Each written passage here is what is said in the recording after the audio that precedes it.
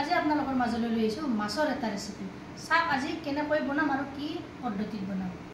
Guys আজি বনাবলৈ লৈছোঁ মই মাছৰ অন্য এটা ৰেচিপি। সেইকাৰণে মাছ 3 পিচ ফ্ৰাই কৰি লৈ লৈছোঁ। আদা নহৰু আদা থেঠেলীয়াকৈ লৈ লৈছোঁ। পিঁয়াজ এটা কাটি লৈছোঁ। এইফালে লৈছোঁ এয়া হৈছে জিকা। এনেদৰে মই পাতলকৈ কাটি লৈছোঁ। চাৰিব ভিডিঅ'টো সম্পূৰ্ণভাৱে আৰু স্কিপ নকৰাকৈ। কেৰাহীটো বহুৱাই দিছোঁ মই। তেলখিনিও মোৰ গৰম হৈছে। এতিয়া ইয়াতে মই পিঁয়াজ আৰু নহৰুখিনি দি দিছোঁ।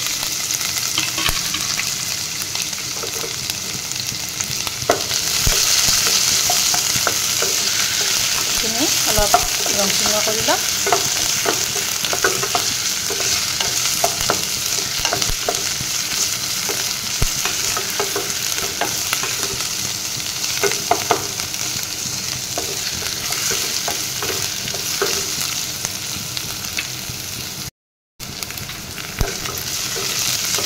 পিঁয়াজখিনি অলপ ৰংচঙা হৈছেয়ে।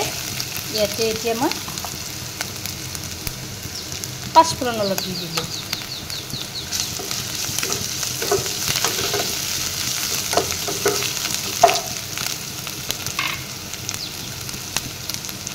ইয়াতে নিমখ দিছোঁ এচামুচ, হালধি গুড়ি এচামুচ, তাৰপিছত জলকীয়া গুড়ি দিছোঁ এচামুচ।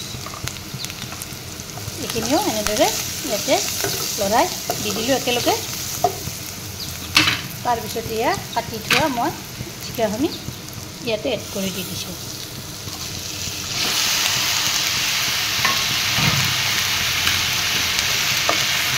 এইখিনি এনেদৰে তলপৰ কৰি লৰাই দিম।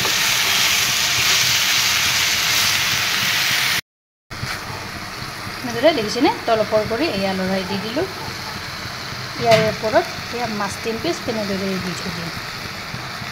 জিকাৰ পানীতে মাছখিনিও ধুনীয়াকৈ সিজিব আৰু ইয়াৰ আৰসটো উঠিব একেলগে। ইয়াতে মই ঢাকনিখন লগাই থৈ দিম। দি কি কৰিম জানে, এয়া গেছৰ জুইটো এয়া মই কমাই দিম। হিৰত দি থ'ম। কি ধুনীয়াকৈ সিজি যাব। দেখিছেনে এই পানীবিলাক ওলাব ধৰিছে। ঢাকনিখন লগাই থৈ দিম। ইয়াক কেইমিনিটমান যোৱাৰ পিছত মই ঢাকনিখন গুচাই দি দিলোঁ। দেখিছেনে পানীবিলাক কেনেকৈ ওলাব ধৰিছে। এতিয়া তলপৰ কৰি এনেদৰে লৰাই দিম।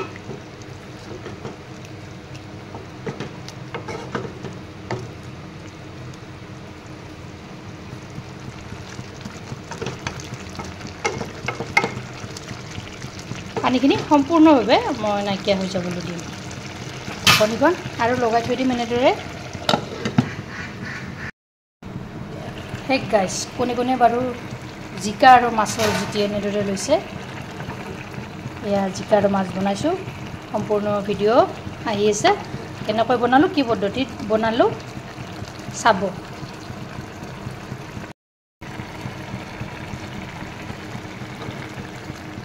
আজি মই জিকাৰ তৰকাৰীখন মাছেৰে সৈতে কেনেকৈ বনালোঁ, কি পদ্ধতিত বনালোঁ, আপোনালোকে ভিডিঅ'টো এবাৰ চাব।